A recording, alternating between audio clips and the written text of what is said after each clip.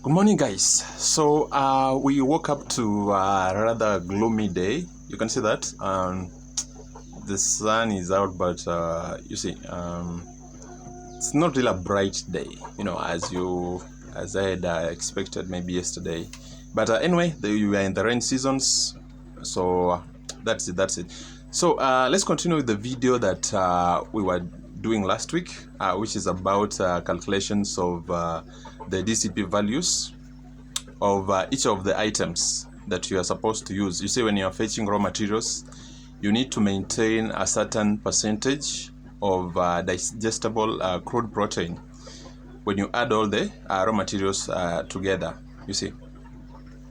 So I'll try to make the video as short as possible, just under 10 minutes, because it has been shown that the attention span of an average human brain is between 0 to around 20 minutes, you see. So that's the time you can fully concentrate on something that involves calculations or explanations, you see, process. So I'll keep the video as short as possible so that you can go through it quickly and then you understand faster. So let's start with the DCP values of the following raw materials. So let's start with the whole maize.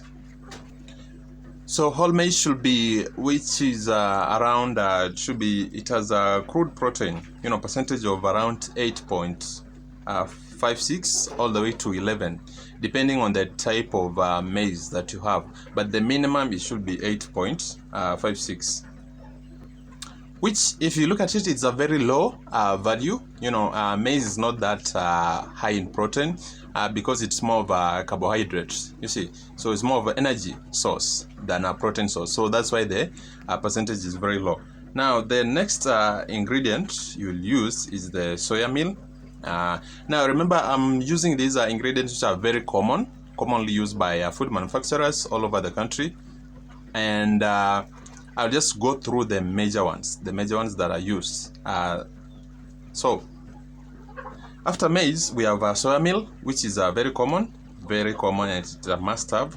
So soya meal has a DCP of around 46%. Now these percentages that I'm giving are per gram, you see. So it's 46% of, let's say if you have 1 gram of soya meal. So you'd be doing the calculation. So let me just mention some of them and then we'll do the calculations in a short while. So sunflower, which is also a major protein source which is used, it has a DCP percentage of 25% all the way to 30%, depending on the status of the sunflower. Now, we also have fish meal, which is also commonly used, or sardines, you see. It has a DCP value. Now this one is the highest of all, so it's very, very nutritious in terms of and the protein content is very high. So depending on the state, you see, dry, wet, you see, it is between 55% and all the way to 71%. So depending on which state it is, you see. So the drier it is, the lower the DCP values. But if it's just direct, when you get it direct from the river or wherever you are fishing from, the DCP value is very high at around 70%, you see. And then lastly, we have what you call maize bran, you see, maize bran. It has a DCP value of, this is very low, 7%. 7%, that's very low. So next, guys, before you do the calculations, let me show you the percentages of crude protein that you're supposed to achieve, you see, before in each of the stages of raising, you see, a chicken. So we start with the chicks. Let me just list them here. So from that table, guys, you can see the DCP values of each of the stages that you're supposed to achieve. You see, when you mix the maize meal, soya, sunflower, all that, you're supposed to achieve that percentage of the DCP. That is a very important thing, guys, when you are mixing feeds on your own. So when you achieve that in each of those stages, you'll be able to meet the requirement. So let's assume you want to, mix 100 kilos of feeds. So what you need in this case, Now I'll use my example, which is which from the video that you have seen previously, I've reached a stage. I'm way past the grower stage. I'm in the development stage of the chickens. So which means I will need a 14.7%. You see, DCP. When you are calculating that, you will have to achieve a 14.7% or more DCP in terms of the crude protein. So let's see. So in the developer stage or a development stage, we have a DCP of at least 14.7%. That's what you're supposed to achieve. Now remember, in this case, the chicken is almost reaching maturity, and it has developed most of its parts. That's why we don't need a lot of protein in this case. Now, if you increase or feed the chicken to a lot of protein containing feeds, the chicken will get fat. That is one problem. It will get fat, and then it will have a problem with laying when it gets to the 16th or 17th week. So you want to maintain the weight, keep the weight within the limits. So this is what I did. So I needed or I mixed just to start with, we need maize, which we need 20 kgs of maize.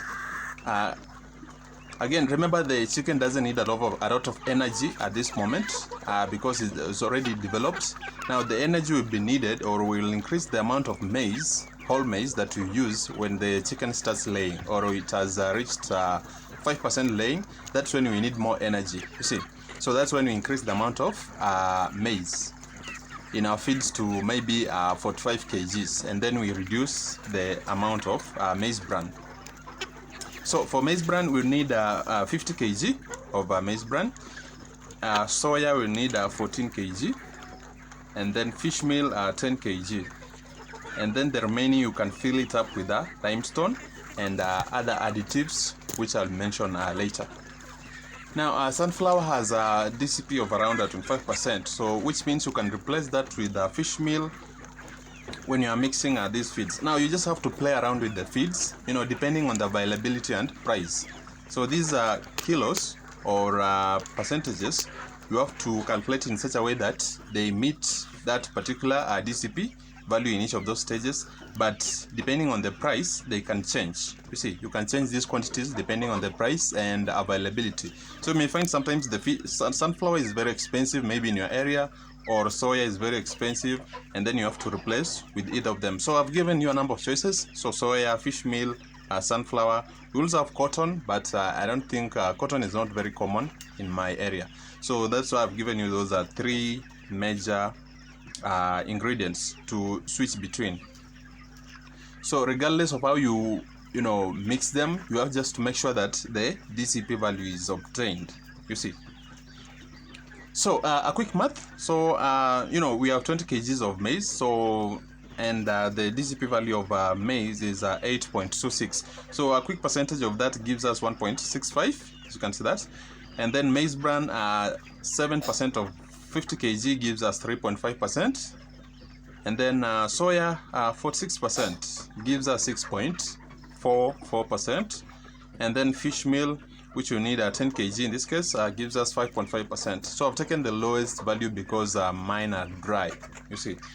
And then if you want to switch that with sunflower, you will need around 13 kgs, you see. So that when you add the totals in each of those cases, it gives you a DCP value of way more than 17%, you see. So in that case, you have achieved the 14.7% at least, you see. That's the minimum you're supposed to have in this stage. Remember, the minimum is 14.7%, you see. So you just have to make sure that whatever you are mixing gets to more than 14.7%. When you go to pre-layer and then layer or a peak stage, you have to make sure that your DCP exceeds or is at least, you see, the minimum is 15.2 and 15.3% respectively. So that's it, guys. I believe you have done with you have learned something from this. This information is available online, but very few people can manage to actually take time to go through it, to do the calculations. But I've done it for you for free, so you can consider subscribing to the channel. And then if you have more questions, you can ask in the comment sections.